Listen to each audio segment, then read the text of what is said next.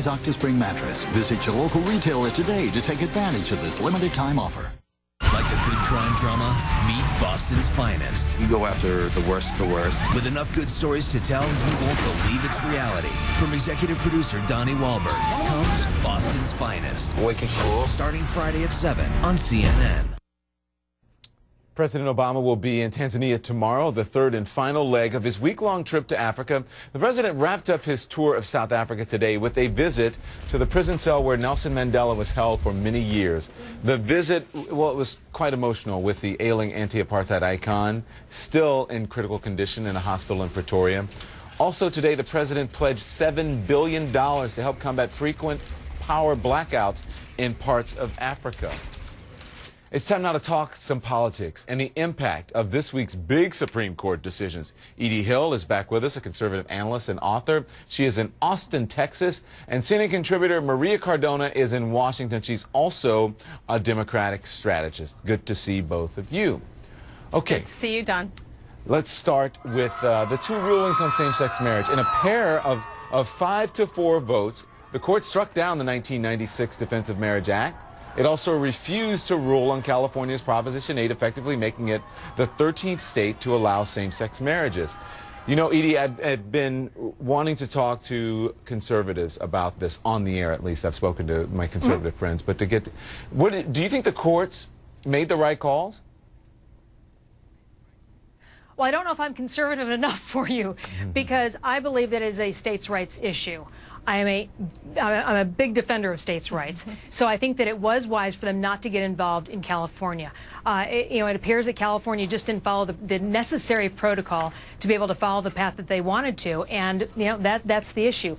But I do think that that was appropriate. I also happen to be a pretty fair-minded person, I think, and honestly, I go back and forth. I'm not sure that I've really made up my mind where I stand on homosexual marriage, on gay marriage rights, but I do believe in fairness, and it's hard to argue against what they decided in terms of the federal government. Yeah. So what would you say you're evolving on this issue, much like the president and Rob Portman and everyone else did? Well, you've got a lot of people. But with bipartisan, I shouldn't say with bipartisan support, but with the states where this is passed, and it's continuing to increase. I think we've got now 30% of the nation's adults now live in states where they can, if they choose to, be married, whether they're heterosexual or homosexual. And I do believe that we are seeing the tide. It is moving in one direction, and I don't know if it's necessarily a matter of time till it's all that way, but it certainly has been moving in one direction. Okay. Maria, I don't know if we need to discuss. I think we've talked about how you feel about this. You think it's a civil right, and I would imagine you think that the courts ruled. Absolutely. They did the right thing. Okay, let's move on, because I want to zero in on the opinions that Justice Kennedy wrote, okay?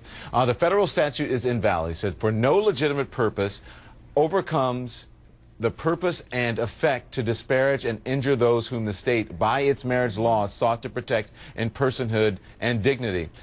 His point basically is that laws banning gay marriage were designed to harm gay and lesbian couples. But then Justice Scalia said in his dissent, he fired back, he said, in the majority's telling, this story is black and white. Hate your neighbor or come along with us. The truth is more complicated. And then conservative leader Ralph Reed makes a similar argument. That's right. Listen. That because somebody wants to affirm the institution of marriage, that they're ipso facto intolerant. By that argument, Barack Obama was intolerant 14 months ago. By that argument, 342 members of the House, 85 members of the Senate, including, by the way, Joe Biden, Harry Reid, Pat Leahy, who all voted for this law, and Bill Clinton, who signed it into law, were intolerant and motivated by an animus and a hatred for gays. So, Maria, are laws banning same-sex marriage motivated by the desire to harm gays and lesbians?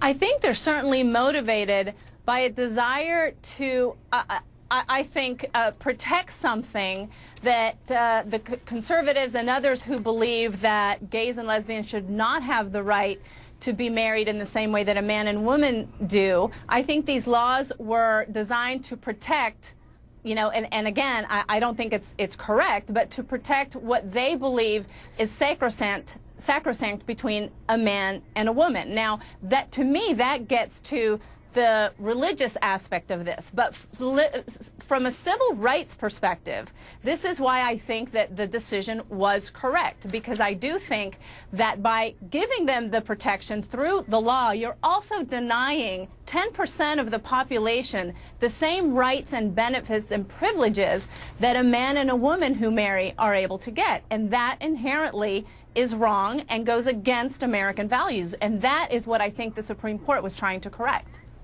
Here's what I'm trying to figure out. I do agree with... Go ahead, Edie. Can I just interject?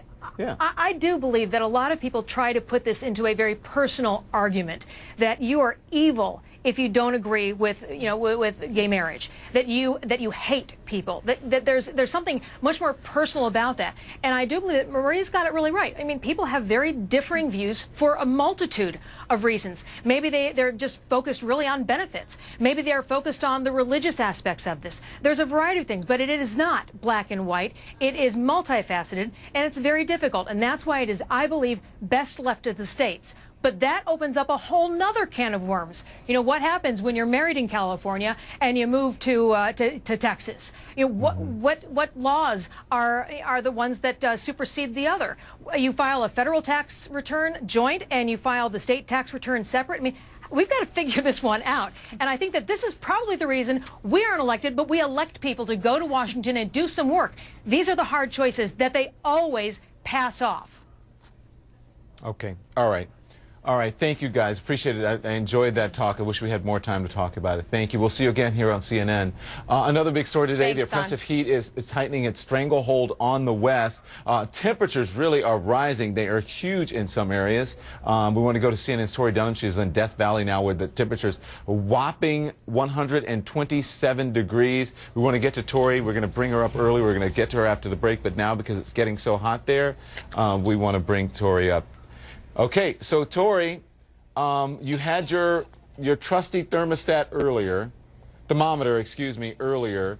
What is it now? Yeah. All right, Don, so I have multiple things to show you here. This is my trusty thermometer here. It's reading above 130 degrees, and obviously that is not the official temperature out here, but it's just been cooking in the sun. But Don, another thing I want to show you, though, is this actually measures the ground temperature. If I point it there and get a reading for you. Hold on. It's closer to about 100.